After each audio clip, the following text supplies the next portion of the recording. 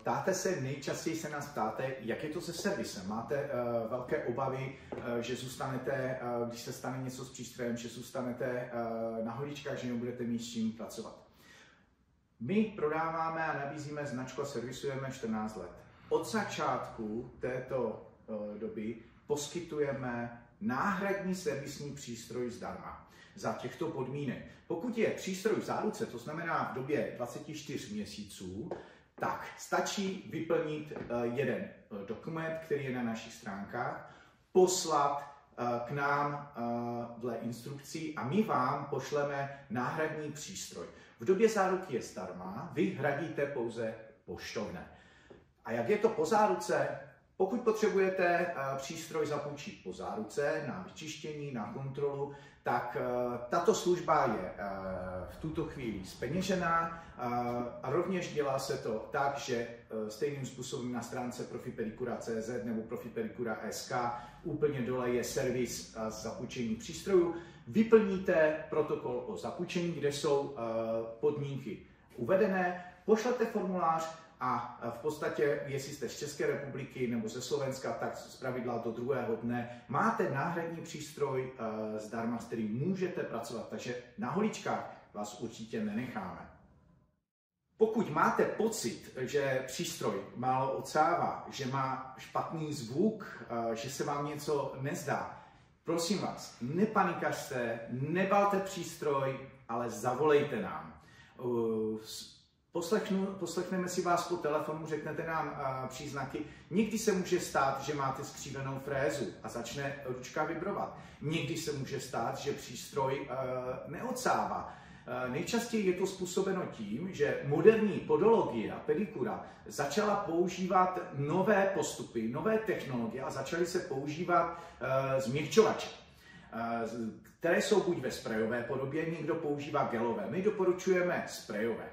Tyto sprejové změkčovače přinesly k těm přístrojům i stinnou stránku. Pomáhají změkčovat kůži, což je výborné, ale kůže se lepí, ten změkčovač lepí tu kůži dohromady a potom, když se ten přístroj špatně čistí nebo používá se ve velké míře změkčovač, zalepuje všechny ochranné filtry, všechny vrstvy a účinnost toho přístroje se postupně snižuje. K nám se dostávají přístroje, které mají celé filtry, které vám ukážu, že jsou zalepené, že to je jedna vrstva. Stává se, že trn, na kterém je přidělaný filtrační sáček, je z poloviny už zalepený, je to zabetonované.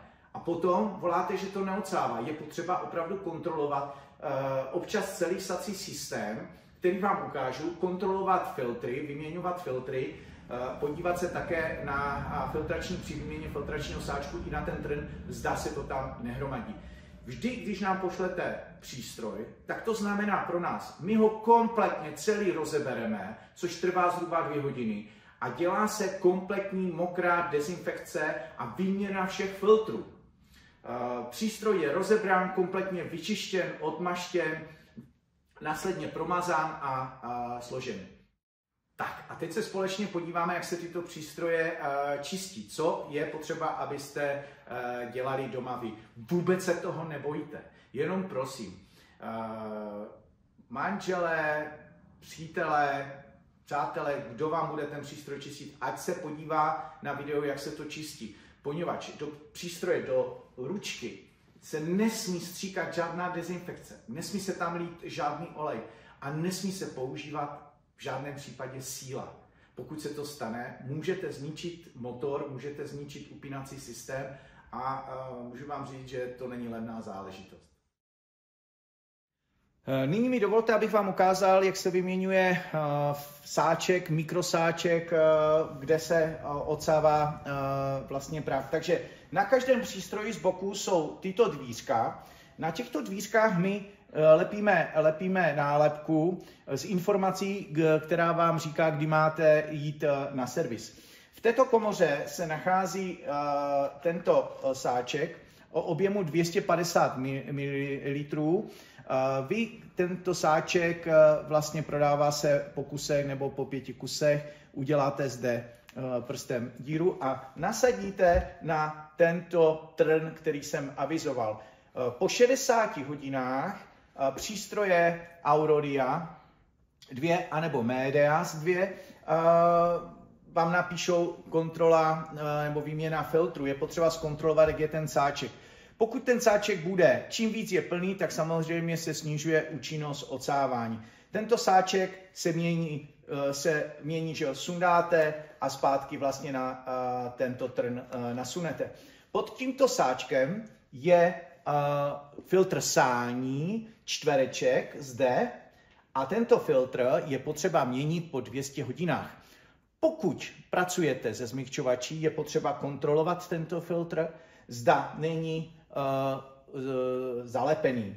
Takže to je buď výměna filtru z mikrosáčku, mikrovlákna.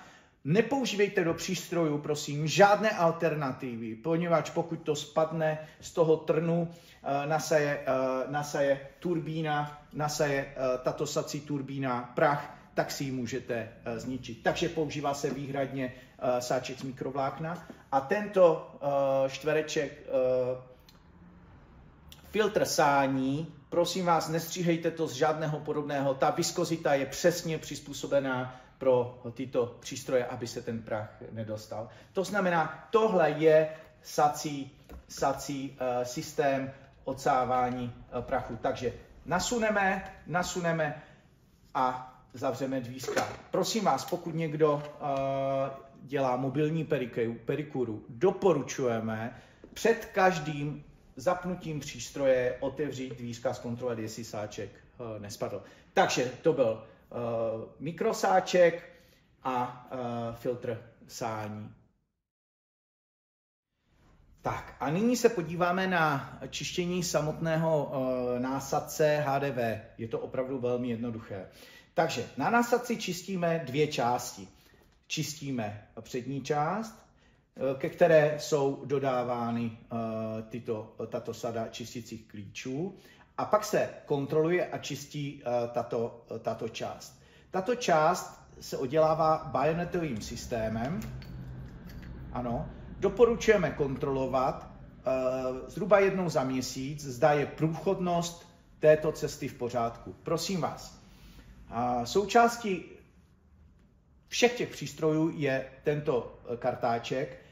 Jakmile budete čistit tuto část, velmi opatrně, abyste kartáčkem neurvali drátky vedoucí k tomuto vypínači. To znamená velmi opatrně vyčistit. Musí být ta cesta průchodná. Pokud používáte exkavátor, čistíte pravidelně záhyby nechtů od nití a od chlupu, tak nehrozí, že se vám tady udělá chomáč právě těchto chlupů. Takže tuto část zaděláme zase bajonetovým systémem. Můžete si to naštelovat. Hadici si můžete různě štelovat i zde. Tak a teďka půjdeme na upínací systém. Takže nejdříve otevřeme kleštiny, vyjmeme tyčinku. Důležité je, aby v upínacím systému vždy byla buď ta tyčinka, která je součástí, anebo byla fréza. Je to důležité pro samotný systém. Ze začátku poprvé zde je taková ochranná čepička. Tady touto stranou klíče povolíte. Není nutné, abyste to dotahovali. V žádném případě nedotahovat silou, abyste nezničili upínací systém. Takhle vypadá upínací systém z vrchu. To znamená, máme otevřený upínací systém, kleštiny vyjeli a nyní velmi jednoduchá cesta. Máme matku, kterou vlastně pohybem vám zajede dovnitř. Druhou rukou, 2 prsty přidržíte tuto matku. Zde je klíč, použijete druhou stranu a odkontrujete ty upínací kleštiny. Pokud upínací kleštiny budou málo dotažené, pokud upínací kleštiny budou hodně dotažené, můžete mít problém s upínacím systémem, že to bude těžko. Není nutné dělat nic silou. Tak, zde vidíte kleštiny upínací. Tadyhle se dává vlastně fréza a ty kleštiny tlačítkem zajedou dovnitř a tím pádem ji uchopí. Čistí se to tak, že máte kartáček a tím kartáčkem prostě projedete a ty kleštiny vyčistíte. Od výroby jsou ty kleštiny namazány.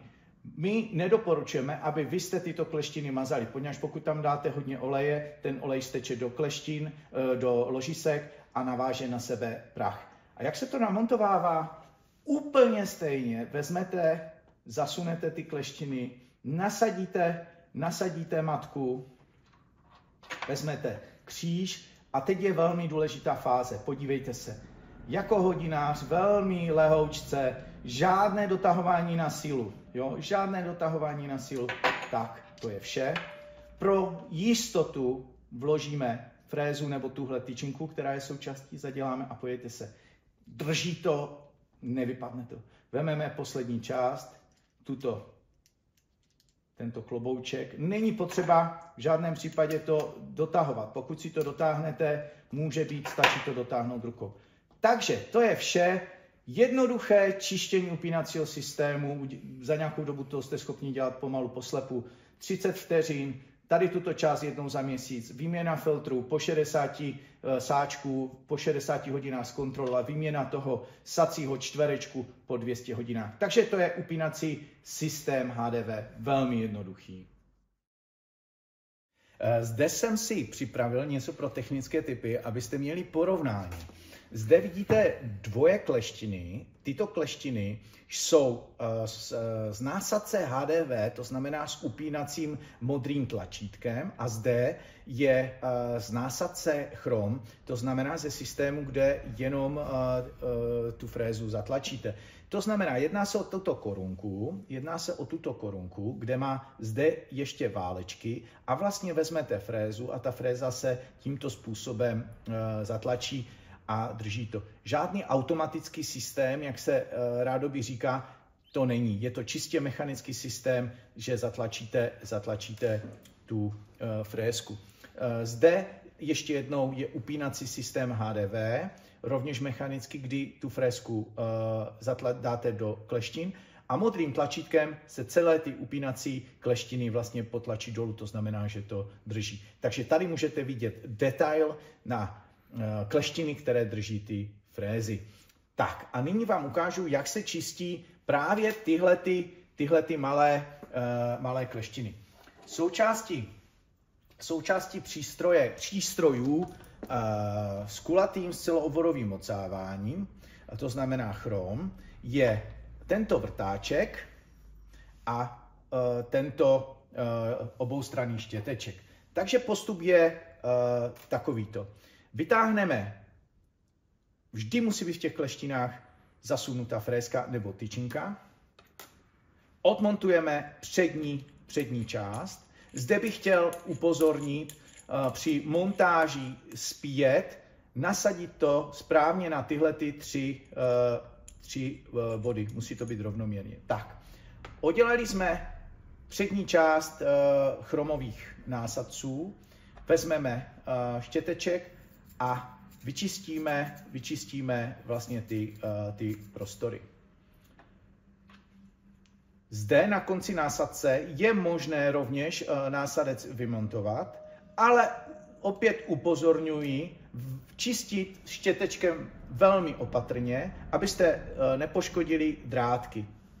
Celý ten část musí být průchodná.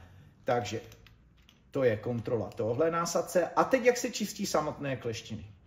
Prosím vás, důležité je udělat tento postup. To znamená, vezmete násadec, vezmete ho, já to zkusím druhou rukou, ať to jde vidět na kameru. Tímto způsobem ho držíte z vrchu dolů. Zde je bílá rotující část, ano. Tuto část je velmi důležité, abyste ji drželi. A je potřeba takhle dolů. Přiloženým vrtáčkem zasunete dovnitř a vlastně točíte po směru vlastně toho vrtáčku a tím pádem čistíte, dostáváte ten prach z té korunky.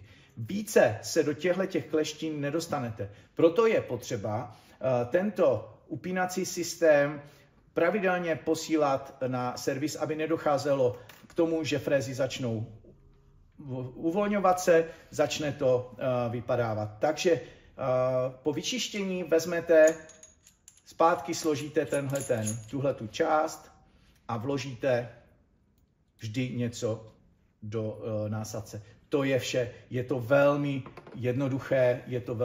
jednoduché. Jinak tady vám ještě ukážu vlastně, tady je ta korunka a vy tímhletím vrtáčkem zajedete dovnitř do téhleté části a kolem těch válečků to vyčistíte. Pokud budete dělat mokrou pedikúru, tak hrozí, že vlastně se vám zde dostane tekutina a je možné, že se tam bude více vytvářet na těch válečcích povlak. A potom ty fresky můžou začít prokluzovat. Takže důležité suché fresky pravidelně čistit, neolejovat, nemazat, dodržovat pravidelný servis. To je vše k čištění.